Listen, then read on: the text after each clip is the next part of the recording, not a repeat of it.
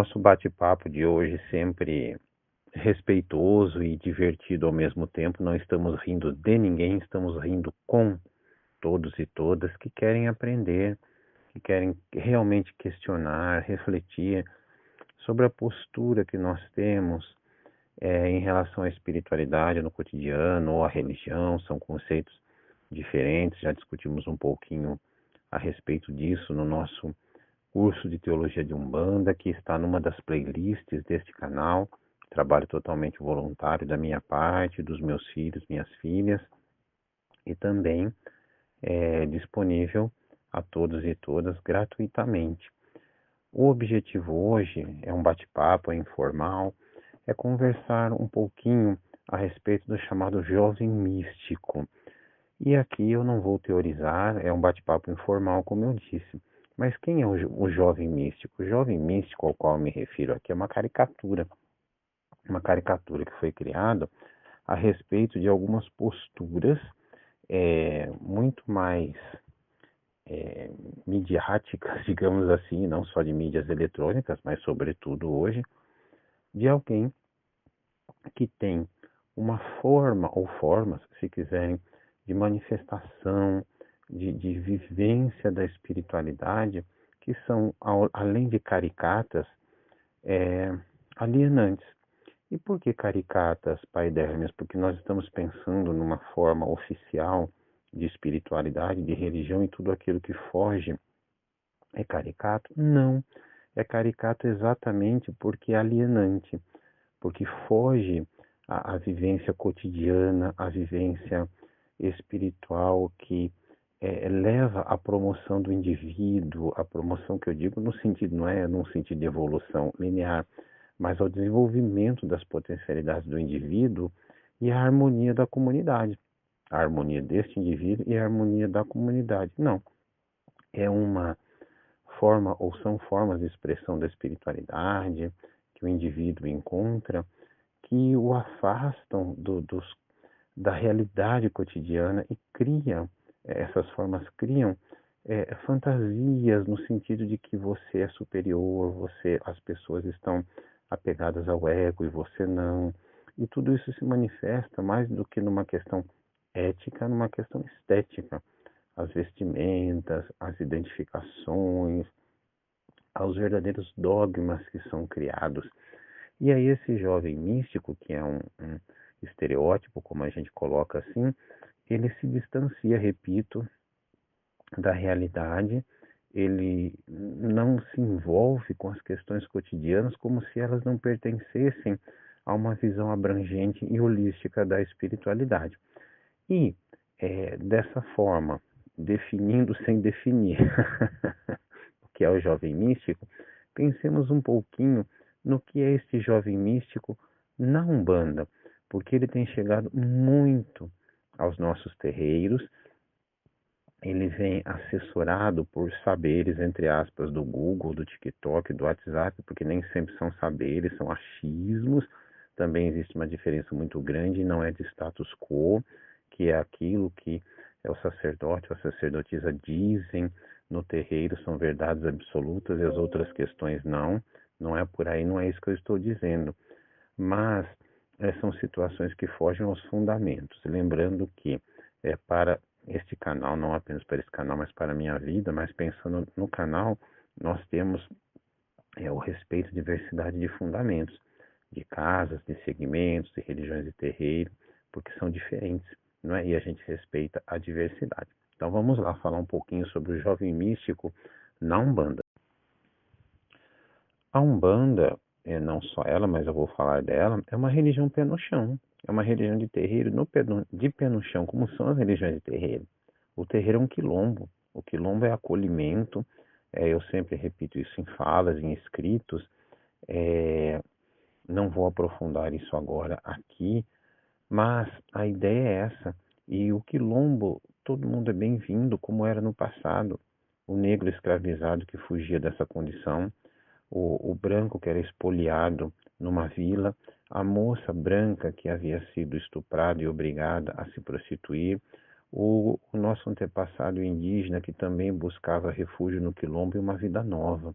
Então, essa vida, ela não é para o futuro, ela não é para o pós-morte, ela é para o agora e também para o pós-morte dentro dos ciclos que nós temos que antecedem esta existência terrena,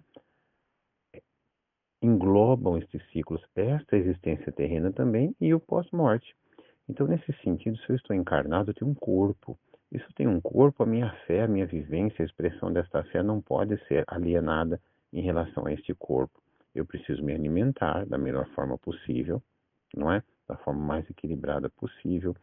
Eu tenho uma vida sexual, eu tenho uma situação financeira, econômica, eu tenho uma questão histórica, eu tenho relações sociais, e em cima disso, buscamos na Umbanda a forma mais harmônica possível para o indivíduo e para a coletividade.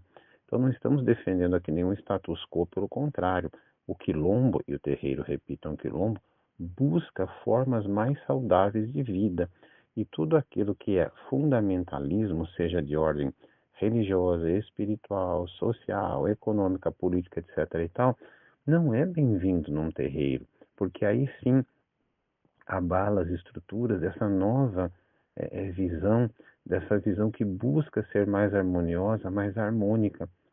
Então, o que acontece com o jovem místico? Várias situações, eu vou elencar apenas algumas. A Umbanda, ela é universalista, sim. Ela se abre para diversas linhas na sua história e vai continuar se abrindo, perdão, mas ela é universalista com raiz e identidade. Eu não posso negar essas raízes, principalmente as afro e as indígenas, que historicamente já são tão aviltadas de todas as formas.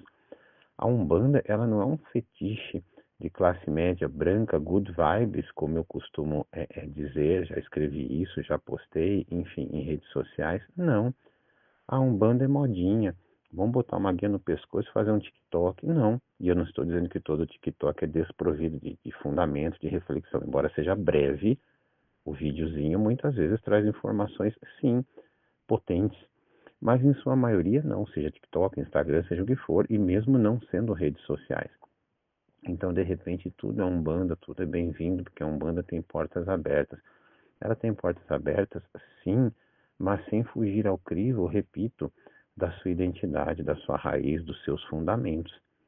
Então a Umbanda dialoga, a Umbanda acolhe, a Umbanda ressignifica, a Umbanda se abriu e continua a se abrir, sim, para linhas as mais diversas, tradições religiosas mais diversas, diversidades, sim, que se encontram neste terreiro quilombo, nesta comunidade terreiro, mas não como um fetiche. Então eu dou um exemplo. Eu já atendi pessoas apenadas, não é, detentos, que me escreviam, trocavam experiências sobre a espiritualidade, leram livros meus nos presídios, e às vezes até, pai, mas eu queria fazer isso, queria fazer aquilo. Calma, não é assim que a nossa casa trabalha, não é assim que se pode trabalhar no presídio, então vamos buscar um meio termo deste atendimento. Você pode também solicitar nesta sua cidade, nessa sua região onde está o presídio, atendimento espiritual de um pai, de uma mãe, enfim. Mas há esse diálogo por meio das cartas, assim como pelo WhatsApp, mas a orientação sempre é acolhimento e que se busque um atendimento espiritual presencial para que se faça um tratamento ali efetivo de corpo presente, né? A gente faz à distância algumas reflexões, faz algumas orientações, mas busque-se o atendimento presencial, a vida em comunidade. Muito bem. No presídio de uma forma, que não é apenado de outra forma. É diferente, por exemplo, de alguém classe média que diz assim para mim: olha, o meu filho entrou na universidade e eu gostaria que você orientasse espiritualmente. Então ele vai escrever para você ou vai mandar mensagem do WhatsApp.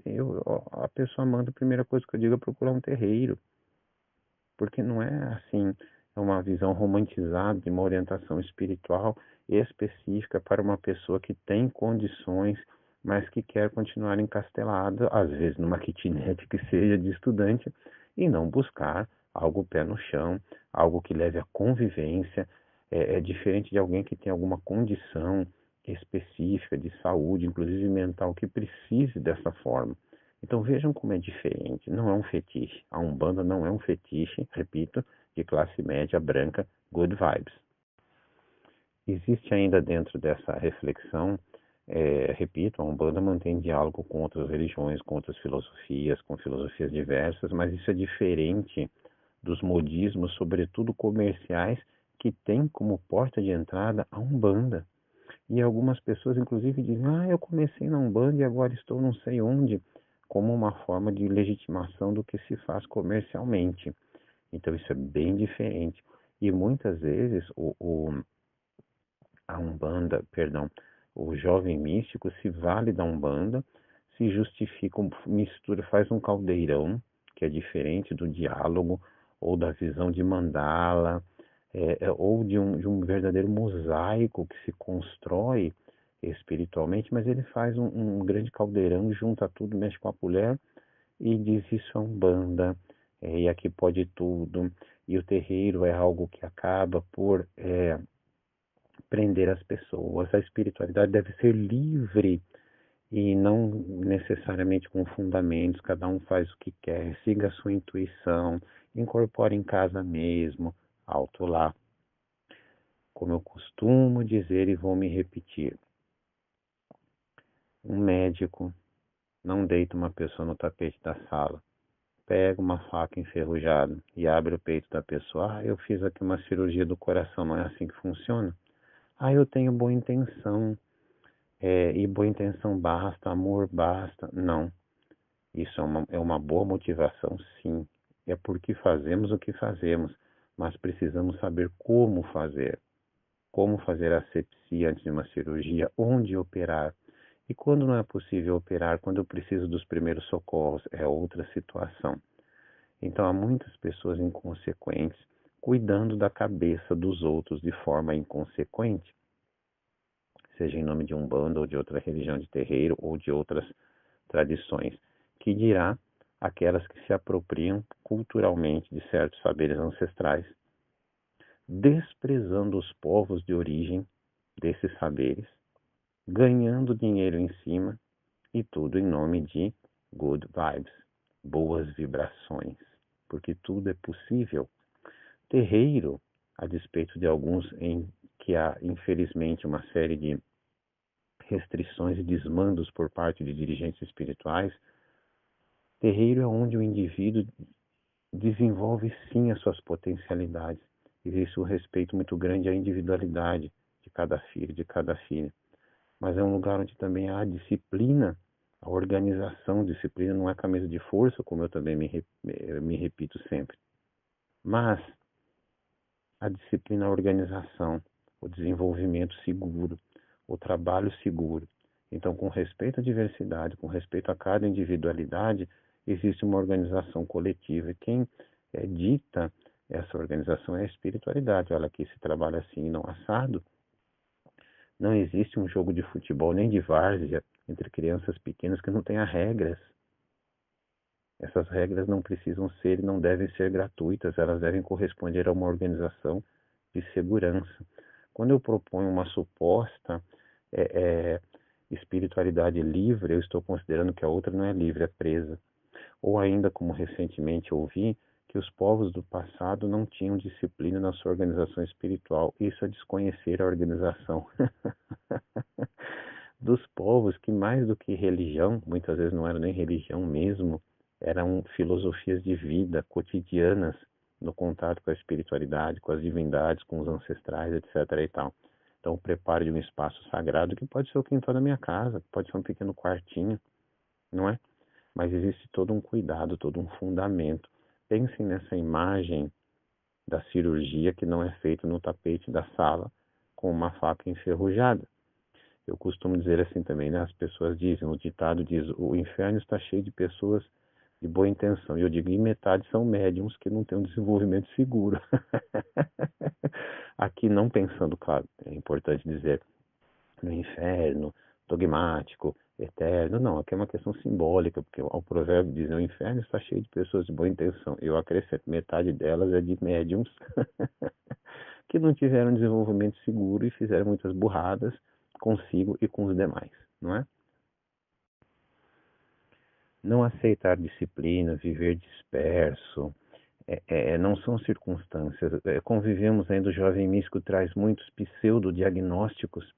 Ah, eu tenho isso, ah, eu tenho aquilo, e nunca busca um diagnóstico seguro, justifica a sua indisciplina com questões que são tão sérias a respeito da saúde mental, da saúde individual, não é? E aí, fantasia, fantasia pra caramba, como a gente costuma dizer, não é toda folha que cai, que é um recado de Oxóssi, não é porque sonhou com Batman, que é recado do Exu Morcego. Às vezes, numa fotografia, a pessoa quer enxergar situações e entidades e tudo que não existem, que são efeitos mesmo de revelação da foto, quando era foto antiga, ou sei lá, de aparelhos eletrônicos. É claro que há manifestações, mas não é assim, não é toda hora. E muitas vezes nem de projeção é do inconsciente, porque muitas vezes eu não tenho efeitos necessariamente mediúnicos, perdão, mas sim parapsicológicos, aqui fazendo uma breve distinção do que seria mediunidade e o que seria questão parapsicológica. Então, as projeções, enfim, isso é muito importante, né? Houve um caso que eu vi, que eu acompanhei com muito respeito, mas também a gente faz com muito humor, até para crescermos juntos, repito, não é rir de alguém, é rir junto, em que todo dia tinha uma, uma, uma questão de ótica mesmo, uma questão de projeção de cores na cama da pessoa por meio do vidro. E ela achava que aquilo era um recado espiritual. E eu pensava, meu Deus, essa pessoa fez ensino médio, fez faculdade, teve a disciplina física, sabe, sobre ótica, sobre, né, deve ter visto a capa do disco do Pink Floyd. Quem não viu, veja e procure, vai entender do que eu estou falando. Então, não é um recado de Oxumaré, não é um recado espiritual de seres angelicais, é uma projeção da luz do sol naquele horário, naquela janela, naquela cama. Então existe uma explicação, é muito mais prática do que aquilo que se pretende identificar. E aí eu me lembro de uma postagem, seja séria ou brincadeira, da moça numa rede social postou assim, eu limpei a minha casa e coloquei um Glade, né, aquele odorizador, eu aqui fazendo propaganda gratuita da marca, um odorizador, e a pessoa, havia duas moças, né, no apartamento ao lado, e uma dizendo, olha o cheiro espiritual que eu estou sentindo, a projeção aqui, sentindo cheiro de rosas, de flores e sei lá o que, e era o Glade do lado. Então eu não posso assim associar diretamente tudo ao espiritual, porque não necessariamente. A vela queimou e derreteu num formato, depende. Pode ser de fato um recado da espiritualidade, pode, assim como pode acontecer uma projeção numa foto. Existem os processos de transcomunicação, usando aparelhos eletrônicos, não é de hoje que se estuda isso, mas eu preciso buscar com seriedade, e não porque eu acho, não é? Às vezes é o vento em relação à vela, às vezes é a qualidade ou não qualidade do material daquela vela.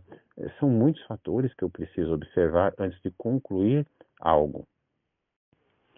Gostaria de repetir que a Umbanda é um quilombo e, portanto, ela busca a plenitude, já disse o porquê, engloba o social.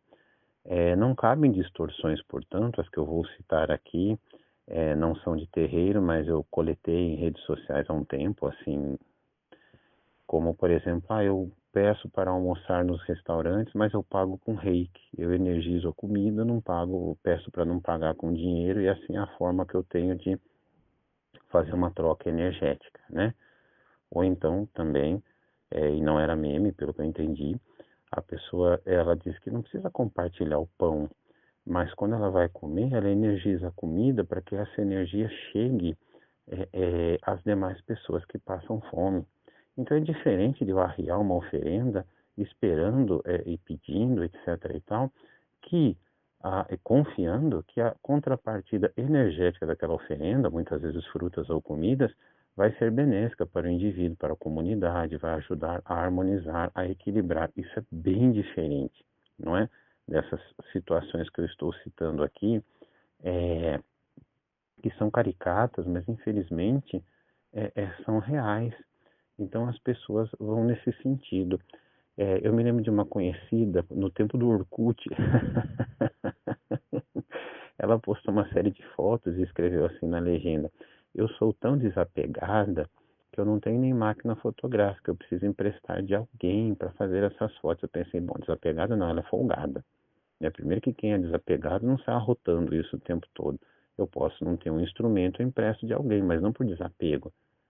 Então, assim, esse jovem místico, eu repito, ele faz propaganda, eu não usei essa expressão, eu disse eu me repito porque eu pensei outras coisas, mas assim, ele fica fazendo propaganda da suposta superioridade espiritual que ele teria em relação aos demais, e isso já é equivocado, porque não existe superioridade espiritual, não é? Segundo, aí sim eu me repito, é uma questão mais estética, mais de aparência, do que ética, do que de essência, de comportamento real, do que vivência real.